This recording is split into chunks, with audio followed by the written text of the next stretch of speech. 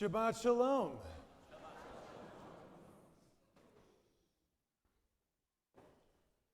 The Torah that we read this morning begins a shift in our narrative that won't go back. So for the first parshiot of the Torah, God is speaking, God is acting for all of humanity. Noach, the generations of Noach, Adam, Eve, all of that, that's not Jews, that's not non-Jews, that's just everyone. And then God changes all of that in the very first lines of the parsha that we read today.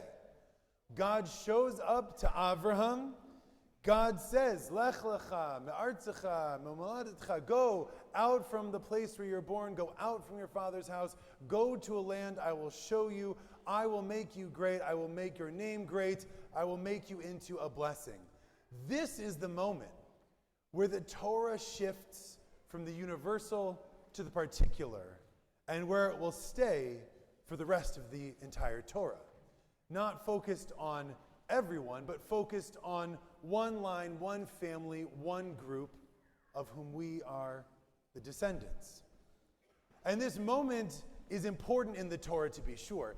And it's one that I know in all the years that I've been teaching, it's often the most difficult for younger generations, right? We don't love the particularism in the Torah. Whenever I'm teaching to high school kids or middle schoolers and say things like, well, Jewish ethics says, or Jews say, I will often hear immediately, oh, well, other ethics say that too, and it's not only Jews, and that's important, of course, and so is the particular.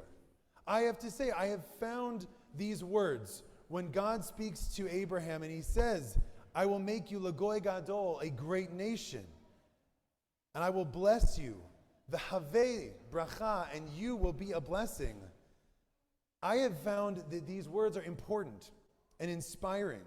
The chosenness that is the birthright of every Jew, not meant to denigrate the rights or import or holiness of others and other nations, but to give us a feeling of being special, of having something special about us because we are members of the children of Abraham.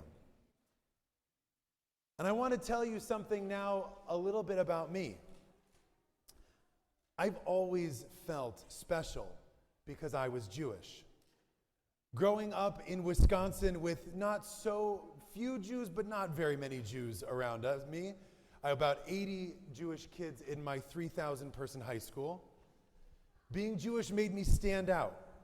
I was often asked to speak for my religion. I was asked to represent it, to explain it, and it made me feel like I owned it, like I was a part of something special.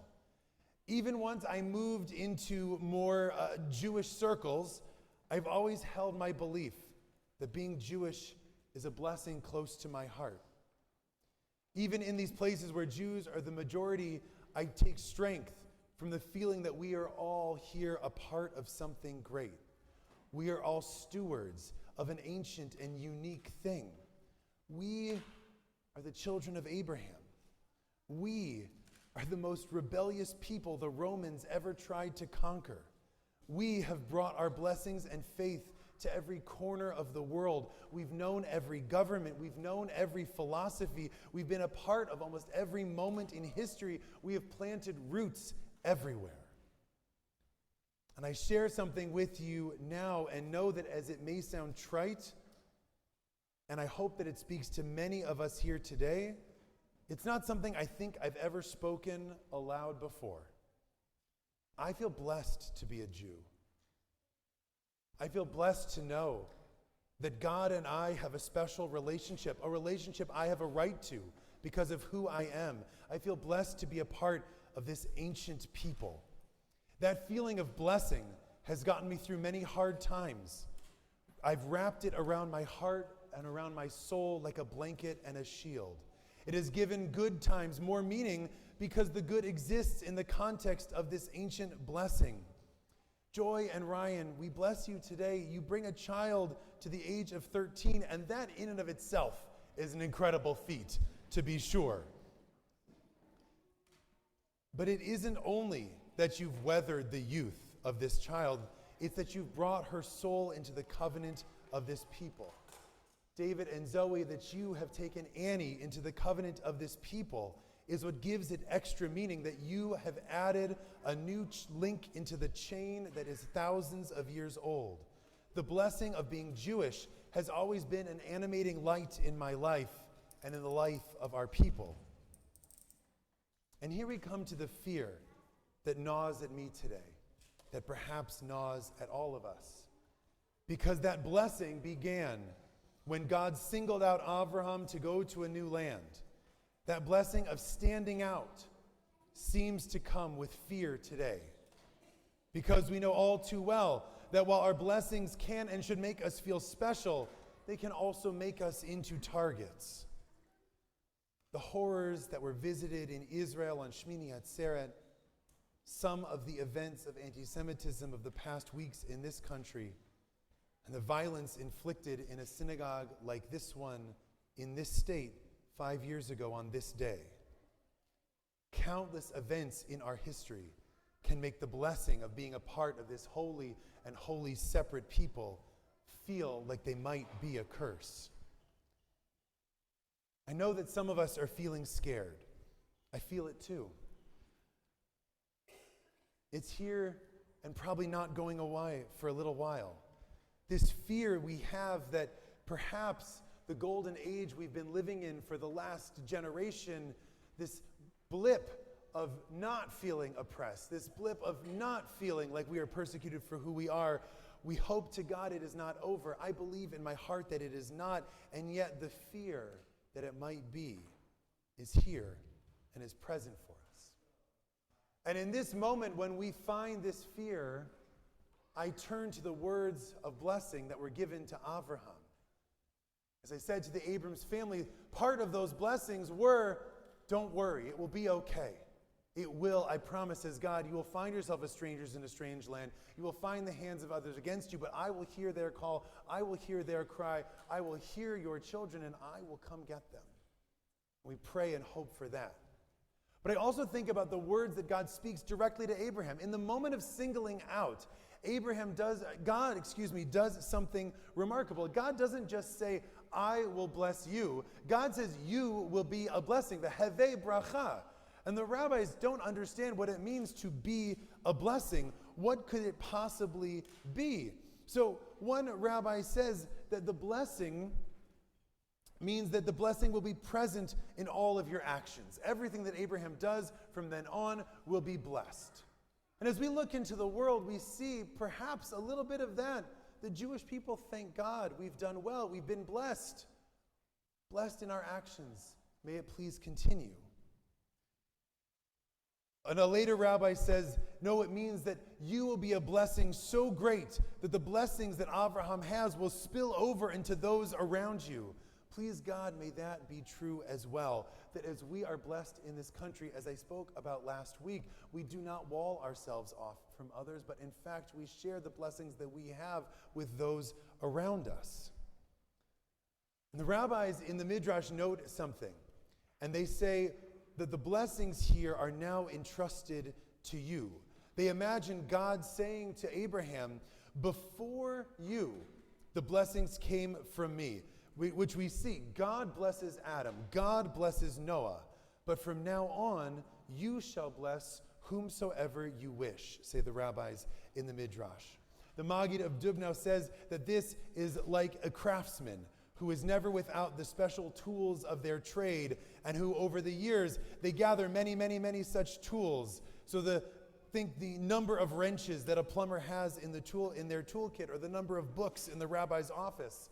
We amass the tools of our trade. So too it is with Jews. The many blessings that we have to offer are different and myriad and can be used in different situations. So the job that we now have in front of us is to think of the blessings that we have. How can we use them to bless others? Because that is the charge that was given to us, to find those blessings and have them be used for other people. We have different tools for different moments. We're scared, and we are blessed with hope. We are frightened, and we are blessed with the ability to be strong and make ourselves safe. We're worried about our brothers and sisters in Israel, and we are blessed with the ability to give, to donate, to check in, and to help. We feel threatened. We are blessed to live in a land where we are protected. As scary as it may seem, the authorities are on our side, and we can protect ourselves and one another, and we can make the world see that we are human and here to work to give blessings to others. We are unsure of how to act in this moment. We are blessed with the Torah, with laws that teach us how to behave and how to be kind to one another. I want to say, above all else, in the days and weeks ahead, as fear takes us, as the world does what the world is going to do, be kind to one another. Find the strength to remember that everyone here is trying, everyone here is reeling. We are all of us together. Let us acknowledge that and be gracious to ourselves and to others. Yes, God singled out our great ancestor thousands of years ago, and from that moment on, we've been unable to hide, unable to blend into the background. We are singled out by hate. We are singled out for hate by too many, perhaps by more than we previously thought. But we're also blessed. Let us use our blessings to help ourselves. Let us use our blessings to help one another, to protect one another, to save those of our family in trouble and harm today. Then let us use our blessings not to punish those we feel aren't with us, but to bless those around us, those who are here and those yet to come. We are not done walking the path that God began us on when he called out Lech, Lecha to Abraham, our great ancestor. We have a ways to go until we reach the promised land. Let us work together to ensure that as we travel, we make good on God's promise to be a blessing to all, and that all shall be blessed through us. May we find the strength to be a blessing as Abraham did. May we find hope and solace in the specialness that we have a right to feel as Abraham's descendant. And may we, in turn, be a blessing to others. Shabbat Shalom.